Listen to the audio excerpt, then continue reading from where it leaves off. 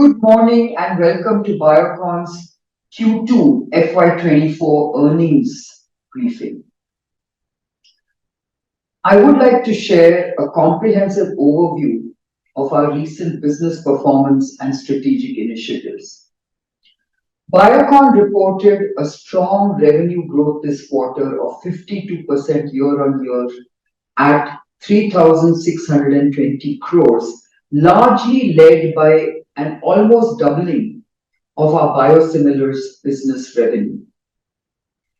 We also saw an 18% growth in research services, which contributed to the consolidated revenue performance.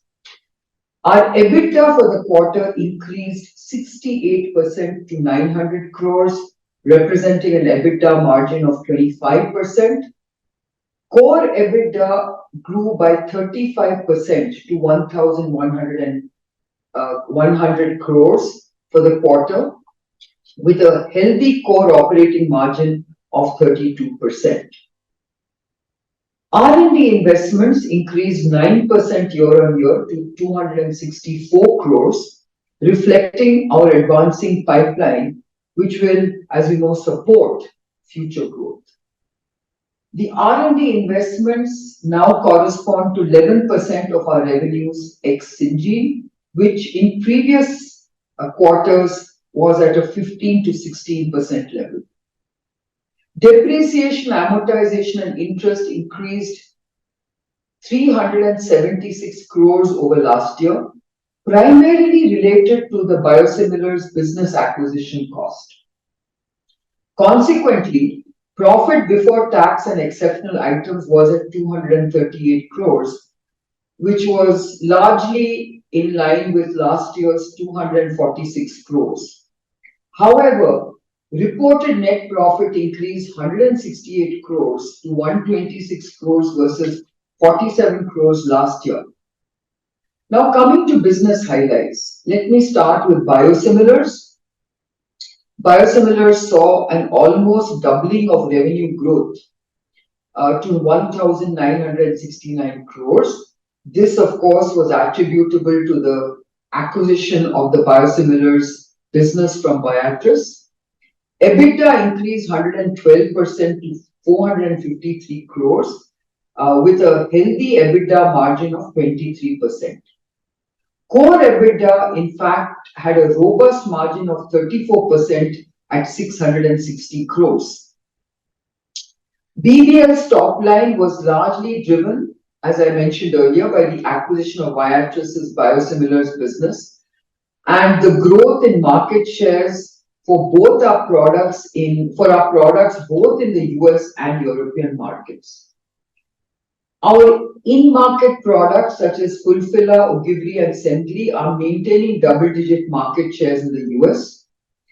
The adoption of adalimumab biosimilars in the US has been slower than anticipated, which also affected the uptake of our brand Hulio. We have expanded our customer base as major healthcare providers added our products such as Hulio, Ogivri and Fulphila to their formularies in the US. CVS Caremark has added our unbranded adalimumab injection as a formulary option for a select number of its formularies, effective October 1st, 2023.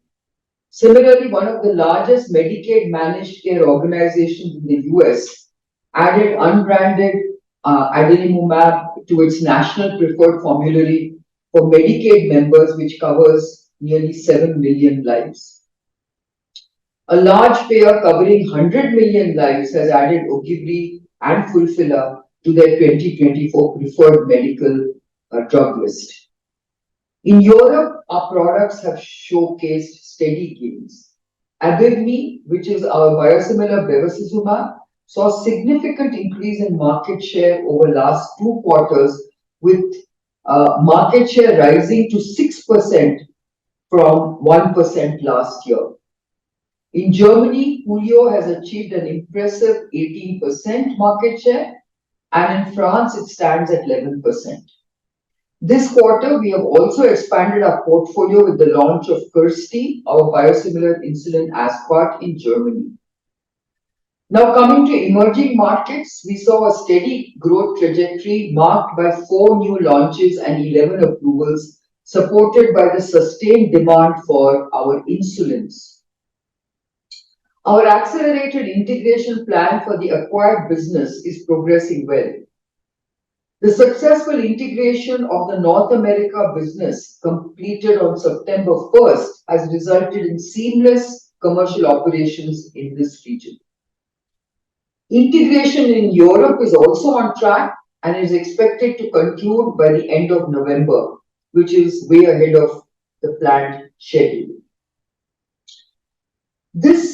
We have recently divested 2 non-core business units of dermatology and nephrology in our branded formulations India business through a slump sale to Eris Life Sciences for a total transaction value of 366 crores. The value accretive deal allows the company to unlock value from the branded formulations India business and sharpen its focus on core therapy areas like diabetes, oncology, and immunology. And lastly, the European Commission has granted marketing authorization for Yesafili, our biosimilars aflibercept, with significant market potential based on last year's EU brand sales of 1.8 billion. Most recently, MHRA of UK has also approved this product. Now coming to generics, our generics business delivered 4% year-on-year revenue growth. The growth came from the generics formulations business, particularly higher statins volumes and successful launches in the US. However, our API business faced challenges due to demand contractions and a planned maintenance shutdown. A significant milestone in our expansion strategy is the partnership with Juno Pharmaceuticals in Canada for the commercialization of liraglutide, a GLP-1 that addresses type 2 diabetes and obesity. Juno's reputation as one of the fastest growing pharmaceutical companies in Canada aligns well with our commitment to global healthcare. Furthermore, our strategic move to acquire the US FDA-approved manufacturing facility in New Jersey from Iva Pharma underscores our commitment to strengthening our presence in North America.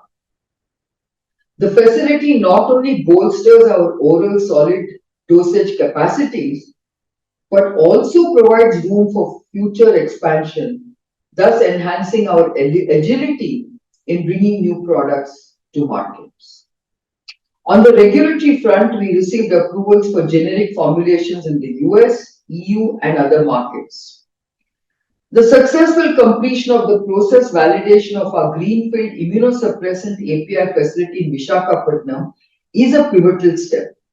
We anticipate commencing commercial supplies in FY25.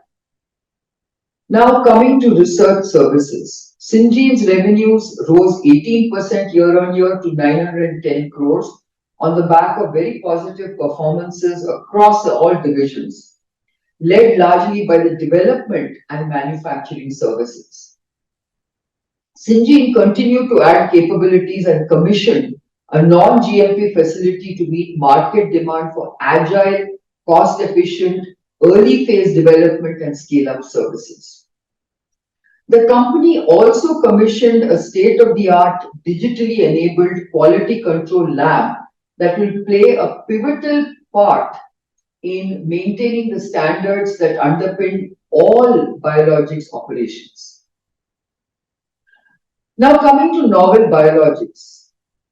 Bicara recently presented updated positive interim data from its ongoing open-label phase 1/1b dose expansion study of BCA101 in the ESMO or European Society for Medical Oncology Congress. This study has evoked strong investigator interest to enroll patients in future studies, and this has also caused Bicara to engage in raising a Series C fund, which is in an advanced stage. Coming to the outlook, as we look ahead to H2 of FY24, we are pleased with the rapid progress in transition of the acquired biosimilars business with seamless integration of North America and 70 plus emerging markets. We now look forward to integrating the remaining markets, of course, Europe being the largest, followed by Japan, Australia, New Zealand, and a few other countries later this year. And this, I want to emphasize, is a significant acceleration over what was planned in the past in terms of overall integration. As a leading vertically integrated player, we now have the opportunity to expand our footprint in Europe and address the growing demand for biosimilars in emerging markets. In the US, we continue to see traction for our commercial products. We are also engaging with the US FDA to address any outstanding concerns relating to new product approvals. The sustained improvement in market shares of BBL's commercial products does lay a strong foundation for the future. In generics, we expect a sustained performance in our generic formulations business, supported by a gradually improving environment in US and new contract wins that will play out in coming quarters. We also expect recovery in our API business. We expect a mid-teens constant currency growth in research services at Syngene. Thank you.